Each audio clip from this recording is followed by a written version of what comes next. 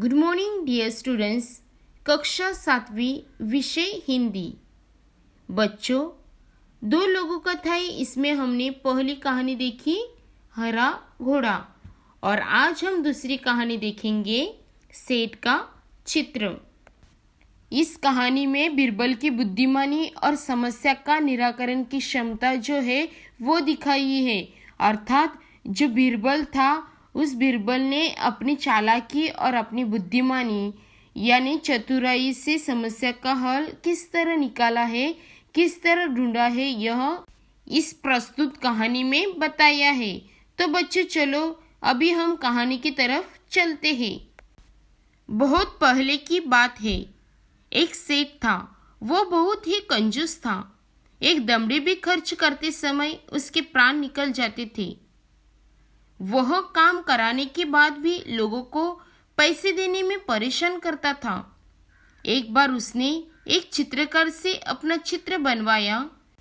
जब चित्रकार ने पैसे मांगे तो सेठ ने कह दिया, चित्र ठीक नहीं है, दोबारा बना के लाओ। चित्रकार ने कई बार चित्र बनाए, लेकिन वो कंजूस सेठ हर बार कह देता कि चित्र ठीक नहीं है। क्रोधित होकर उस चित्रकार ने सेठ से सभी चित्रों के पैसों का तकादा कर दिया। धूर्त सेठ बोला, कैसे पैसे? जब मेरा चित्र ठीक से बना ही नहीं तो मैं पैसे किस बात के दूं? बेचारा चित्रकार अपने घर लौट आया। परेशानी का कारण पूछने पर उसने अपनी पत्नी को सारी बातें बताई। चित्रकार की पत्नी बहुत बुद्धिमान थी। वो बोली, आप दरबार में जाकर न्याय के लिए फरियाद कीजिए। चित्रकार बहुत उदास हो गया था। वो मुंह लटका कर बैठ गया। बोला, सेठ बड़ा आदमी है, लोग उसी की बात को सच मानेंगे। भला मुझ जैसे गरीब का साथ कौन देगा? चित्रकार की पत्नी बोली, सबके बारे में ऐसा नहीं कह सकते। बादशाह अकबर बहुत दयालु है। वे भले ही पढ़े लिखे नहीं हैं, परंतु बड़े बुद्धिमान हैं। उनकी सहायता के लिए दरबार में 9 रत्न है। आप वहां जाइए, आपको जरूर न्याय मिलेगा। तो बच्चों, यहाँ पर क्या बताया है? बहुत दिनों के पहले की बात है। एक सेठ था। कौन था? एक सेठ था। वो बहुत कंजूस था।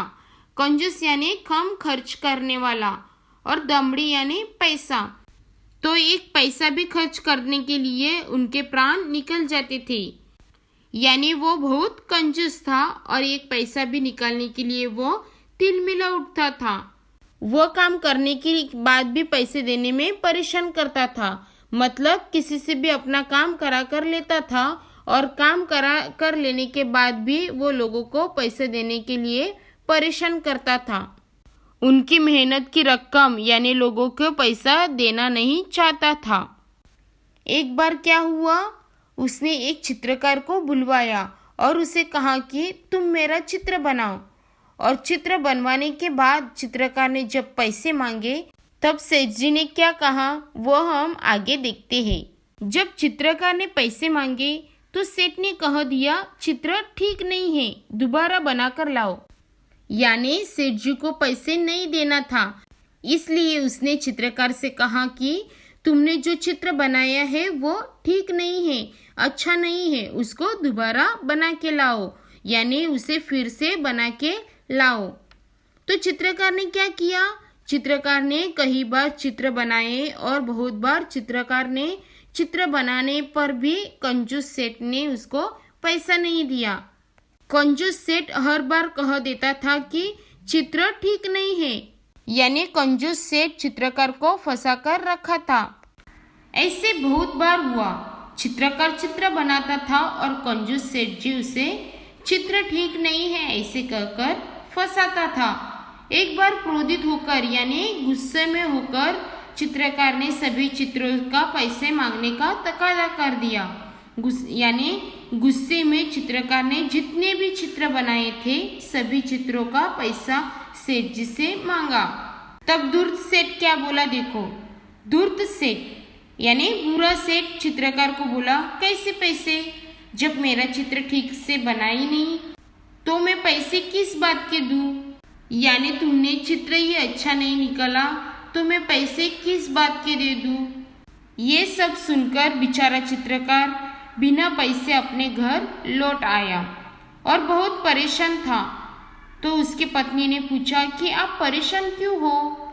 परेशानी का कारण पूछने पर चित्रकार ने अपनी पत्नी से सारी बातें बताई।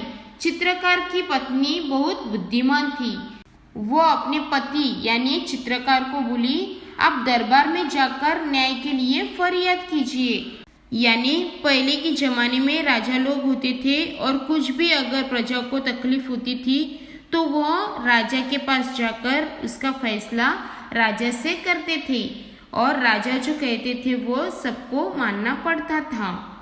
ये सब किसने कहा? चित्रकार के पत्नी ने कहा। तब बेचारा चित्रकार बहुत उदास हो गया था। वो मुंह लटकाकर बैठ गया। मुंह लटकाकर यह एक मुहावरा है। मुंह लटकाना यानी उदास होना। चित्रकार बहुत उदास हो गया था और वो अपने पत्नी से बोला कि सेठ बड़ा आदमी है, इसलिए लोग उसी की बात को सच मानेंगे। और बच्चों, ये सच है, आज के जमाने में किसके पास पैसा हो वो कुछ भी करो छूट जाता है। और चित्रकार ने वही बोला कि मुझ जैसे गरीब का कौन साथ देगा, कौन विश्वास रखेगा, कौन मुझ पर भरोसा करेगा। तब चित्रकार की पत्नी बोली, सबके बारे में ऐसे नहीं कर सकते। बादशाह अकबर बहुत दयालु है, यानी बादशाह अकबर जो है वो बहुत अच्छे हैं, वो हमेशा न्याय करते हैं। वे भले ही पढ़े लिखे नहीं हैं परंतु बड़े बुद्धिमान हैं। उनकी सहायता के लिए दरबार में 9 रत्न है। आप वहां जाइए, आपको न्याय जरूर मिलेगा। यानी चित्रकार की पत्नी ने चित्रकार को अच्छा सलाह दिया कि आपको दरबार में जाकर न्याय मांगना चाहिए। बादशाह अकबर एक दयालु है, भले ही वो पढ़े लिखे नहीं हैं पर बहुत बुद्धिमान है। और एक बात और, उसको सलाह देने के लिए उसके दरबार में 9 रत्न है, यानी 9 मंत्री है। आप वहां जाइए तो आपको न्याय जरूर मिलेगा। यह सब किसने कहा? चित्रकार की पत्नी ने चित्रकार को कहा। तो चलो अभी आगे देखते हैं। दूसरे दिन चित्रकार बादशाह अकबर के दरबार में गया और पूरा किस्सा सुना दिया। तो बच्चों, दूसरे दिन चित्रकार कहाँ गया? बादशाह अकबर के दरबार में। और वहाँ क्या हुआ? चित्रकार ने पूरा किस्सा यानी पूरी कहानी बादशाह अकबर को सुना दी। बादशाह अकबर ने चित्रों को लेकर सेठ को दरबार में बुलवा लिया। यानी चित्रकार ने जो चित्र बनाए थे वे सारे चित्र लेकर सेठ को दरबार में बुलाया। तब बादशाह अकबर ने उसी सभी चित्रों को गौर से देखकर कहा, तुम्हारे इन चित्रों में क्या कमी है?